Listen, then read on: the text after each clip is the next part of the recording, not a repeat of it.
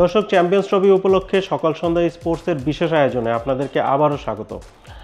বাংলাদেশ দল চ্যাম্পিয়ন্স ট্রফিতে একটা ম্যাচ খেলে ফেলেছে। ভারতের বিপক্ষে ওই ম্যাচটা আমাদের জন্য সুখকর ছিল না। এখন সামনে যে দুটো ম্যাচ আছে তার মধ্যে প্রথমটি নিউজিল্যান্ডের বিপক্ষে। এই নিউজিল্যান্ড সামনে বলেই একটা আশা কেমন যেন জাগছে আমাদের সবার মাঝেই বাংলাদেশ দলকে নিয়ে। কারণ নিউজিল্যান্ডের বিপক্ষে জিতেছিলাম আমরা সবশেষ চ্যাম্পিয়ন্স ট্রফিতে, এবং ওই জয়টা আমাদেরকে নিয়ে গিয়েছিল সেমিফাইনালে।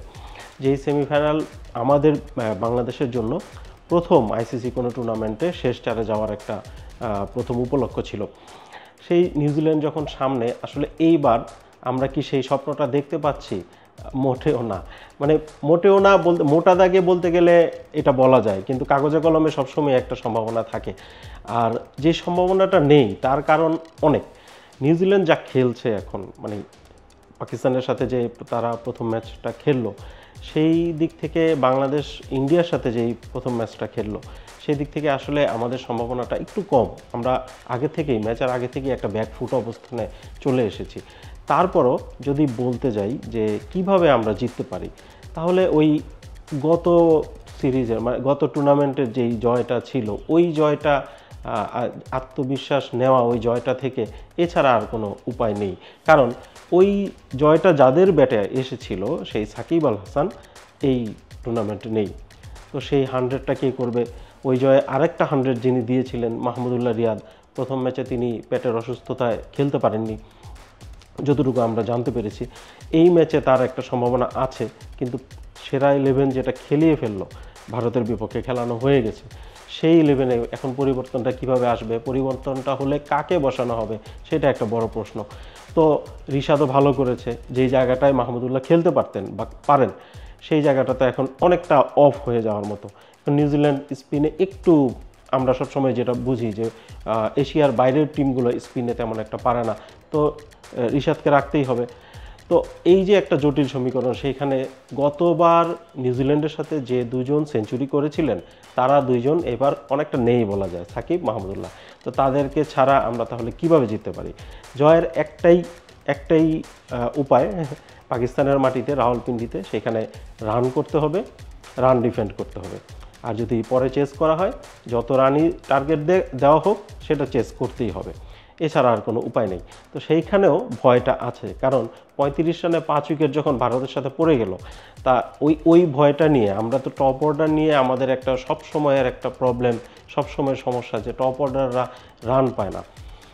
সেইখানে এই 35 রানে 5 উইকেট যখন যায়, তারপরের ম্যাচে আমরা তাদের কাছ থেকে কি বড় আশা করতে পারি? সেইটাও না। তো ভয়ের কারণটা এই আর একটা যোগ হলো। এখন আশার কারণটা, আশা যেটা নিয়ে আমরা স্বপ্ন দেখতে পারি যে কিভাবে জিততে পারি, সেই জায়গাটা একটু আছে। কারণ মাঠটা রাওয়ালপিন্ডি, যেখানে সবশেষ যে বাংলাদেশ খেলেছিল, সেইখানে বাংলাদেশ 2বার পাকিস্তানকে হারিয়ে টেস্ট জিতলো, এবং বেশ ভালোভাবেই জিতেছিল। তখন রাওয়ালপিন্ডির যেই পিচটা কেমন, সেখানে কত রান হতে পারে, ব্যাটসম্যানটা কেমন করতে পারে, বল কেমন হতে পারে, সমস্ত কিছু বাংলাদেশের মোটামুটি জানা। তো এই জন্য একটু সেই রাওয়ালপিন্ডি মাঠটাই শুধু নিউজিল্যান্ডের সাথে বাংলাদেশকে একটু এগিয়ে রাখতে পারে, সেটা বলা যায়। এখন আসি আমরা গত ম্যাচে সবচেয়ে ভালো যে দুজন খেললেন, হৃদয় এবং জাকের, তাদের কাছে কতটুকু প্রত্যাশা রাখা যায়? প্রত্যাশা অবশ্যই শতভাগ, মানে আবার তারা এরকম একটা 100 করবেন, হৃদয় একটা 100 করবেন, জাকের একটা 50 করবেন, আবার 153 রানের জুটি দিবেন, এইরকম আশা তো আমরা করবই। কিন্তু এইটা কি সম্ভব পরপর 2 ম্যাচে? অবশ্যই না, সবাই সব দিন ভালো খেলবে না।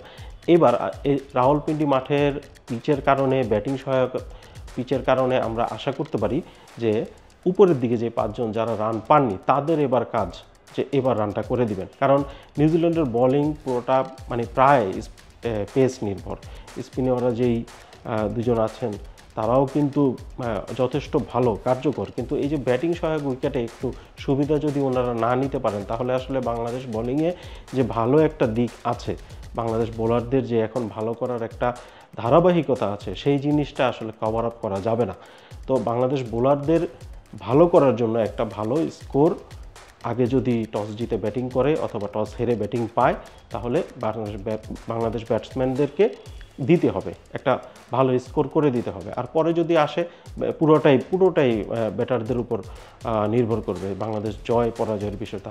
একই সাথে এই ম্যাচে আসলে জয় পরাজয়ের উপর নির্ভর করছে যে বাংলাদেশ এই টুর্নামেন্টে টিকছে কিনা। গত আসরে নিউজিল্যান্ডের সাথে জয়ের কারণেই কিন্তু সেমিফাইনাল গিয়েছিল। এবারও একটা সেই রকম পরিস্থিতি, যদি জিততে পারে সেমিফাইনাল একটা সুযোগ আছে। কারণ পাকিস্তান খুব একটা ভালো খেলছে না, তাদের মাটিতে যতই তারা এগিয়ে থাকুক বাংলাদেশ পাকিস্তানকে ফাইট দিতে পারবে। কিন্তু নিউজিল্যান্ড যেখানে গ্লেন ফিলিপস এরকম উড়ন্ত ক্যাচ ধরে ফেলেন, ব্যাটিংয়ে কোনো একজন দাঁড়িয়ে যান, উইলিয়ং গতবার 100 করলেন, টম ল্যাথাম 100 করলেন, মানে এইরকম শক্ত একটা টিমকে হারানোর জন্য আসলে আমাদের এখন রাওয়ালপিন্ডির ওই পরিচিত মাঠের অংশ ছাড়া বড় কোনো স্বপ্ন আসলে নেই। তো আমরা সেই পরিচিত মাঠের অংশটাকেই পুঁজি রাখলাম, সেটা ধরেই আমরা একটু স্বপ্ন দেখলাম। আশা করি বাংলাদেশ দ্বিতীয় ম্যাচটাতে আগেরটার চেয়ে ভালো খেলবে এবং কোনোভাবে ভাগ্য ভালো থাকবে, জয় আসবে, অবশ্যই বাংলাদেশ এইবারের চ্যাম্পিয়ন্স ট্রফিতে টিকে থাকবে। আপনাদের সবাইকে আবারও আমাদের সাথে থাকার জন্য ধন্যবাদ।